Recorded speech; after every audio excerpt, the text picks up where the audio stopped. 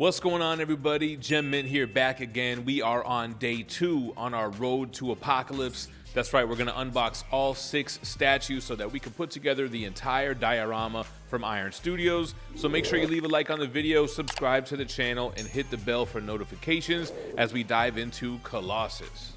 Now, in the alternate timeline of the Age of Apocalypse, Colossus worked for his bigger brother, Mikhail, under the Soviet Super Soldier program. When his brother gets captured by Apocalypse and becomes one of his 4 horsemen, he's forced to go head-to-head in battle with his brother. After Mikhail destroys all of the Soviet super soldiers except for his brother, Colossus then chooses to devote his life to taking down Apocalypse and working with the X-Men in training new mutants. During this time, he would run into a mutant named Catherine Pride, save her from Sabretooth, fall in love, and eventually marry. After years dedicating his life to Magneto and the X-Men, Colossus comes out of retirement twice. The first time, he's so badly injured that Magneto has to use his powers to keep him alive, making it so he can never transform out of his all-metal form. The second time he comes out of retirement, it's to save his kid sister Illyana Rasputin, who he had thought already died. He tries to follow Illyana into the M'Kraan crystal, and when Shadowcat gets in his way, he kills her.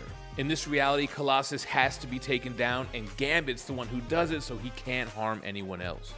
Let's get into the unboxing. So we'll remove the lid. We can see all the pieces. They have some paper on it. Removing that, we can see the body, a couple of pieces of the base, and that head sculpt. The bottom of the base, as always, has the X-Men Age of Apocalypse, Colossus, and it's a very similar base to what we've seen with Bishop. Same paint job that has that rusty metallic look to it, a lot of futuristic machinery, the graded top, which again has a nice kind of hue of green and orange. Same on the other side with a lot of weathering, a lot of scratches, and some intricate details. Now this piece is actually Colossus's right hand, as you can see on the bottom here. That's the peg that actually goes into his wrist. But he's ready to launch one of these heavy pieces of metal. You know Colossus, he's gonna do a fastball special, whether it's with Wolverine or huge chunks of metal. And then onto the body. I love the detail in this piece. All of the metal skin, they took the time to really sculpt in all of the lines, all the muscle definition, and then the same shiny metallic red on his shoulder and on his gauntlets, even down to the boots. It's got a lot of weathering, whether it's nicks and scratches or what looks like mud on the boots. Here we can see the tread on his other boot, and then the same great detail on his back. I really like the paint job on that silver. It really pops off screen here. And then onto the head sculpt. He's giving me Raphael vibes here with his super long bandana, got the hood covering his whited out eyes, and he's got an angry expression on his face. He is fighting Apocalypse in this diorama, but I like to think that this is the crazy version of Colossus right before Gambit kills him. All right, let's go ahead and set this base on the turntable so we can start the assembly.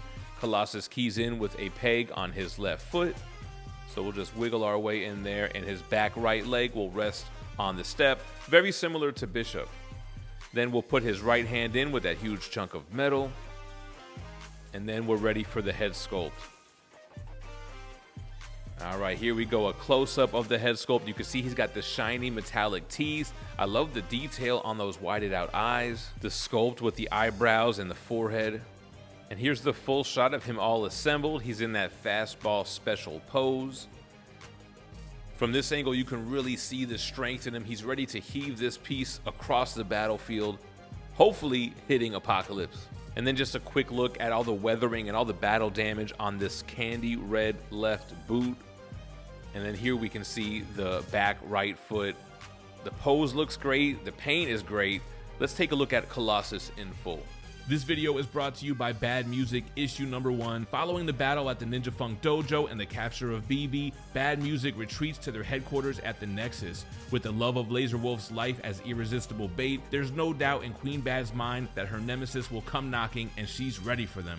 Will Laser Wolf, JPG McFly, and Wolfgang see the trap for what it is or run headlong into disaster? Find out in Ninja Funk Bad Music number 1, hitting your LCS this October. All right, just like Bishop, this piece retails $200. It's 1 out of 5 proximity pieces that surround the large 1/10 scale Apocalypse. Let me know what you think about the Colossus piece in the comments down below. I appreciate you guys watching, and as always, stay minty fresh.